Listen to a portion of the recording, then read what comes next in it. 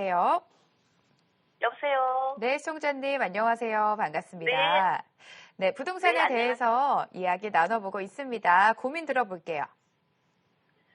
저기, 연남동 있잖아요. 네. 삼성 아파트 2차. 네. 그거를 좀 매수를 했으면 어떨까 해서요. 언남동이요?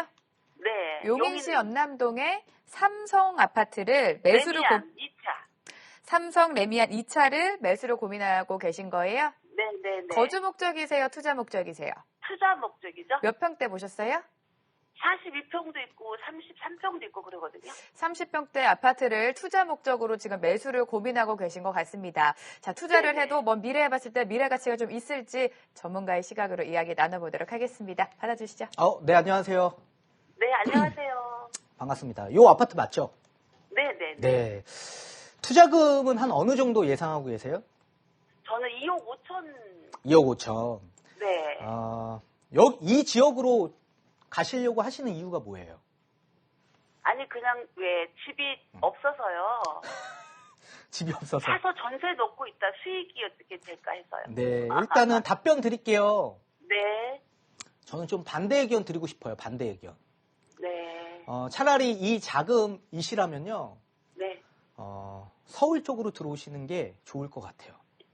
서울에서도 지금 어느 정도 개발의 권역이 확충되고 있는 지역들이 있거든요. 네. 이 자금으로도 갈 수 있는 곳이 있습니다. 그래서 저는 서울 권역으로 좀 보고 계시는 게 좋을 것 같고요.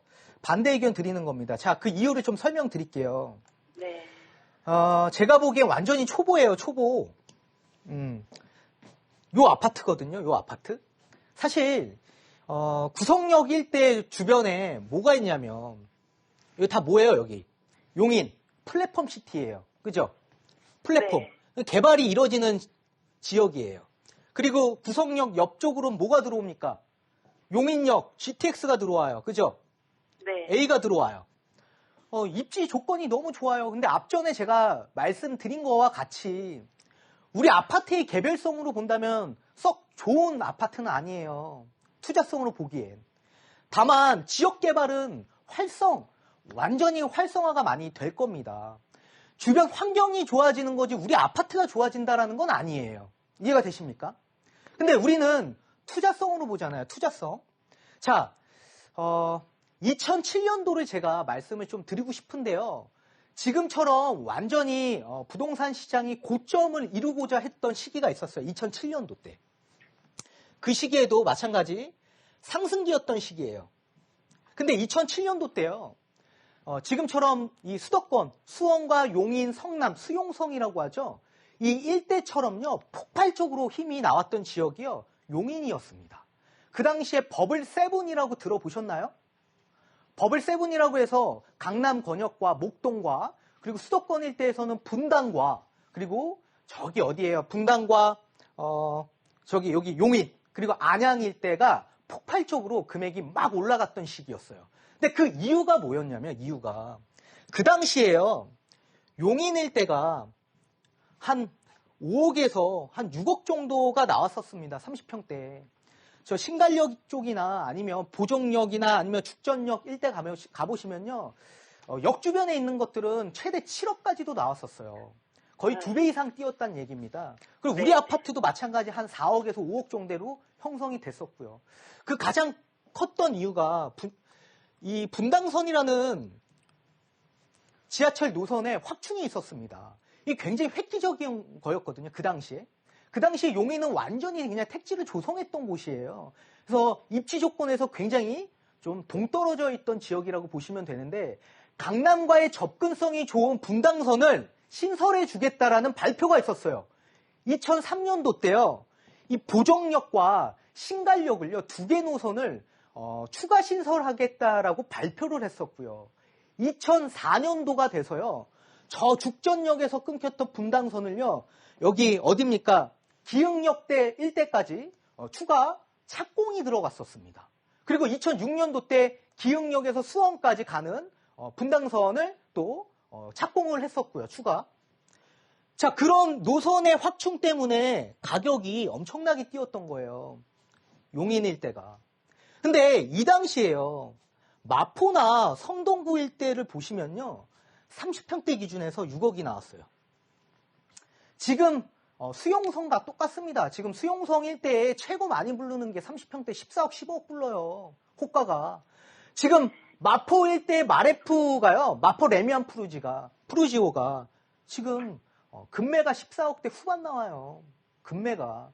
어떻게 마포와 지금 용인과 똑같습니까? 근데 이 당시에도 마찬가지였다고요. 근데 2020년 다음 상승기, 요번 상승기까지 약 13년이 걸렸어요. 근데 용인일 때 그 당시에 이렇게 고점 찍었던 아파트들이요. 아직까지도 회복을 못한 아파트들이 질비합니다. 근데 마포나 성동구일 때 그 당시 6억이었던 아파트들이요.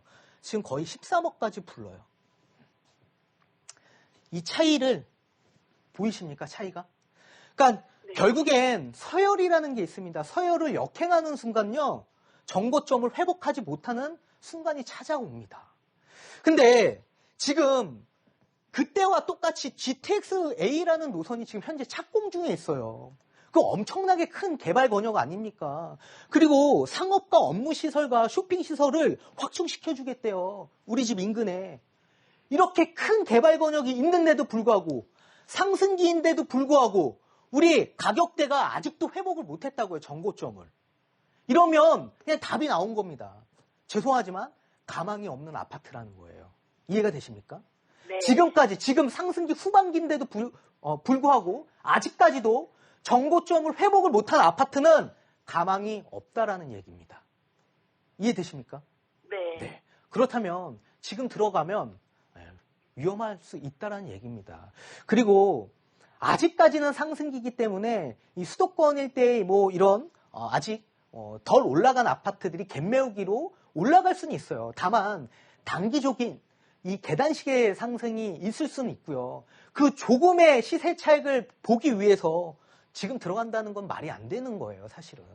그래서 저는 차라리 2억대 중반이면 서울 권역으로 들어오시는 게 좋고요. 앞으로 수도권일 때는 공급이 계속적으로 확대시켜 줄 가능성이 굉장히 높고 그리고 공급이 오히려 과잉될 가능성이 굉장히 높습니다. 그래서 오히려 중심부로 들어오시는 게 좀 더 안정적인 투자다라고 이제 말씀을 드리고 싶고요. 서울 권역으로 오세요. 그리고 만약에 서울에 어떤 구역으로 들어갈까 궁금하시면 다시 방송 마치시고 전화 주시면 자세하게 답변 드리도록 하겠습니다.